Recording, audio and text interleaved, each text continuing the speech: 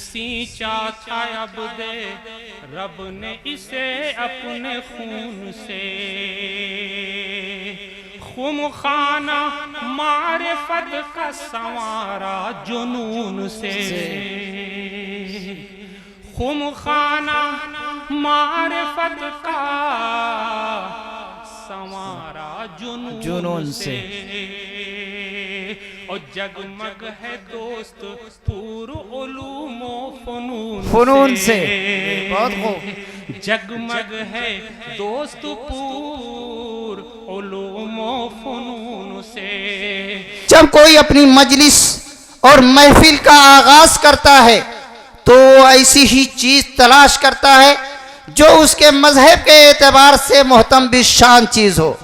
تو میرے دوستو، ہم ایمان والوں کے نزدیک اللہ رب العزت کا کلام جو ہم سب کے آقا محمد عربی جناب محمد رسول اللہ صلی اللہ علیہ وسلم پر اللہ تبارک و تعالی نے نازل کیا ہے، ہمارے اور آپ کے نزدیک سب سے محترم شان اللہ کا کلام ہے۔ لہذا ہم مناسب یہ سمجھ رہے ہیں کہ آج ہمارے اس جلسے کا آغاز قرآن مقدس کی تلاوت سے ہو۔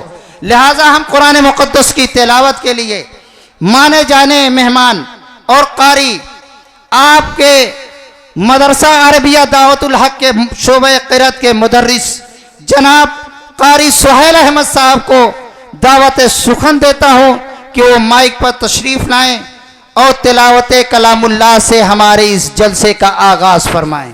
حضرت قاری صاحب مائک پر۔ وَبَنِيَّ